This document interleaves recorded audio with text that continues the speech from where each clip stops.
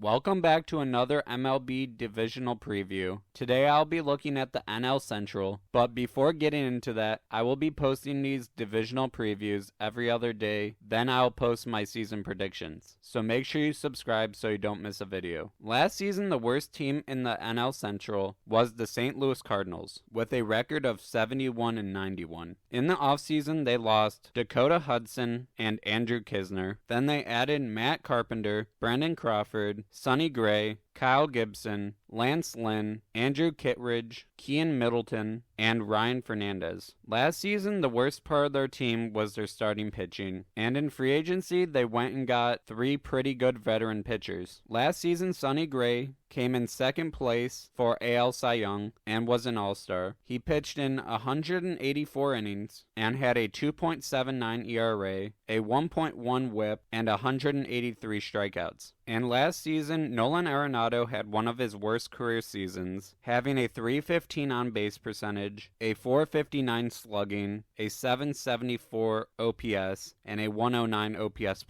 but he still had 26 doubles and 26 home runs. And even with that as a down year, he was still an all-star, but I expect him to bounce back and possibly be a top 5 MVP player. They also have Jordan Walker, who is coming off a great rookie season at the age of 21, where he batted .276 with a 342 on base and a 445 slugging, and had 19 doubles and 16 home runs. And they still have some other great players like Paul Goldschmidt, Nolan Gorman, and Lars Nootbaar. Their over-under this season is set at 84.5, and I'm going to take the under. Next, the Pittsburgh Pirates. Last year, they had a record of 76-86, and in free agency, they didn't lose anyone, but they added Rowdy Tellez, Edward Olivares, Yasmani Grandal, Martin Perez, Marco Gonzalez, Aroldis Chapman, and Josh Fleming. This is a very young and exciting team, and I think they're going to have a great season. They have Brian Reynolds, who last season batted .263 with a 330 on-base percentage, 31 doubles, 5 triples, and 24 home runs. They also have Ke'Bryan Hayes, who should have a breakout season this year, but last season he batted .271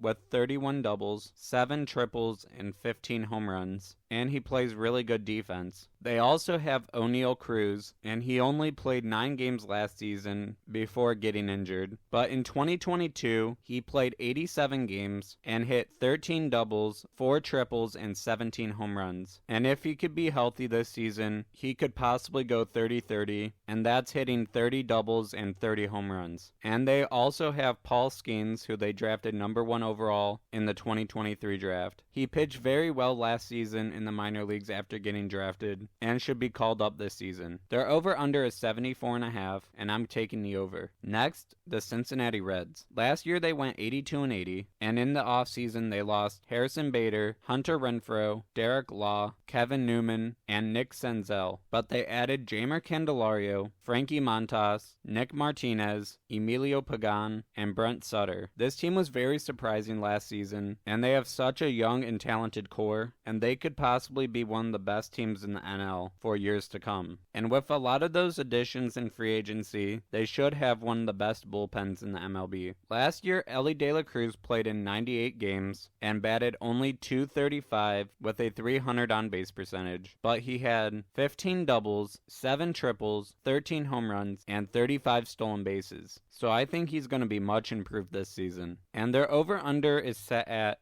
82.5 games, and I'm going to take the over. Next, the Chicago Cubs. They finished last season at 83-79, but in the offseason they lost Jeimer Candelario, Marcus Stroman, Trey Mancini, Michael Fulmer, and Shane Green. Then they added Michael Busch, Garrett Cooper, Shota Imanaga, Hector Neris, Yency Almonte, and they re-signed Cody Bellinger. This team was great in the second half of last season, and they almost made the playoffs. But Jeimer Candelario and Marcus Stroman was a big part of that. But this season, Pete Crow Armstrong, their number 1 prospect, is going to get called up, and he plays elite defense in center field and is a pretty good hitter as well. They also have Christopher Morel, who I think is going to have a breakout season. Last year he batted .247 with a .313 on base and a .508 slugging, and hit 17 doubles and 26 home runs, and he is still only 24 years old. Their over-under this season is 84.5, and I'm taking the under. Finally, the Milwaukee Brewers. They finished last season 92-70, but in the offseason they traded away Corbin Burnes and lost Carlos Santana, Victor Caratini, Andrew Chafin, Jesse Winker, and Rowdy Tellez. But they brought in Rhys Hoskins, Joey Ortiz, Gary Sanchez, Jake Bauers, Jacob Junis, and DL Hall. And they have the number 2 prospect in the MLB, Jackson Chourio. And this offseason, at the age of 19, they gave him an 8-year, $82 million deal without playing a single game in the MLB. But last season, in Double and Triple A, he batted a combined .283 and hit 26 doubles, 22 home runs, and had 44 stolen bases. But even with getting rid of Corbin Burnes, I think their pitching staff will be okay because this team always seems to be good at producing pitchers. Their over-under is set at 77.5 games, and I'm going to take the over. Thank you so much for watching. If you enjoyed this video, please leave a like and subscribe. Goodbye.